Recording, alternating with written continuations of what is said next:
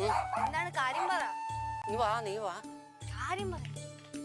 ഈ 2 തേങ്ങ അങ്ങോട്ട് വെച്ച് ആ തേങ്ങ കൂടെ പൊതിക്കണം. തേങ്ങ പൊതിക്കാനാ? ഞാനാ?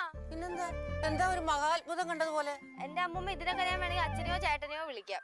ആഹാ, എന്താ പിന്നെ ഒരു കാര്യം ചെയ്യാം.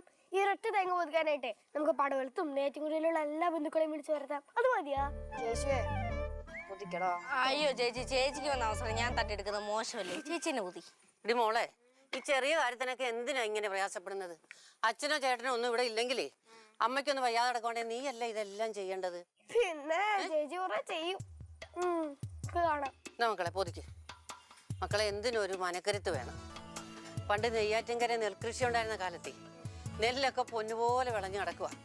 സന്ധ്യയായ അപ്പൂപ്പനും മമ്മിയും നോക്കിയപ്പോൾ നല്ല മഴക്കാറ്. ആ മഴ പെയ്താൽ വെള്ളം കയറുമെന്ന് ഉറപ്പായി. എന്ത് ചെയ്യാനാ? പണിക്കാരാണെങ്കിൽ ആരുമില്ല. സന്ധ്യയായി. അപ്പൂപ്പൻ എന്ത് ചെയ്ത് 2 കൽപ്പിച്ച് അങ്ങ് ഇറങ്ങി പാടത്തേക്ക് കൊയ്യാൻ തുടങ്ങി. പുറകെ ഞാനും ഇറങ്ങി. ഏതാണ്ട് പിറ്റേ ദിവസം വൈകുന്നേരം ആയപ്പോഴത്തേക്ക് പാടം മൊത്തം കൊയ്ത് തീർത്തു. അന്നത്തെ ആ മഴയ്ക്ക് ആ പ്രദേശത്തെ പാടം മുഴുവൻ വെള്ളത്തിലായി. നമ്മൾ കൊയ്തുകൊണ്ട് നമുക്ക് നഷ്ടം വന്നില്ല. അതൊക്കെ ഇന്ന് ഓർക്കുമ്പോഴാ അതൊക്കെ ഒരു കാലം. അങ്ങനെയുള്ള അമ്മൂമ്മയുടെ കൊച്ചുമോളല്ലേ ഇതൊക്കെ? എന്തോന്ന്? അതെ. എന്നാലും ഈ നറുക്ക് എനിക്ക് എങ്ങനെ വീണെന്നാണ് ആലോചിക്കുന്നത്. ചേച്ചി എല്ലാ പ്രാവശ്യമേ എന്തെങ്കിലുമൊക്കെ നമ്പർ അടിച്ചിട്ട് എസ്കേപ്പ് ആവാറില്ലേ പതിവ്? പ്രാവശ്യം ചെയ്യുന്നേ. ഇതെന്തിനിങ്ങനെ മുഴുവൻ തേങ്ങയോട് കൊണ്ടുവന്നേ? ഇത് പൊതിച്ചിട്ട് കൊണ്ടുവരാൻ പാടില്ലായിരുന്നോ? മക്കളെ, പൊതിച്ചുകൊണ്ടുവന്ന കേടാകൂടി. നിങ്ങൾ ഓരോന്ന് വിലക്കല്ലേ ഇവിടുന്ന് വാങ്ങിക്കുന്നത്. അതാ പൊതിക്കാതെ കൊണ്ടുവന്നത്. പൊതിക്കാൻ എന്താ പറഞ്ഞ?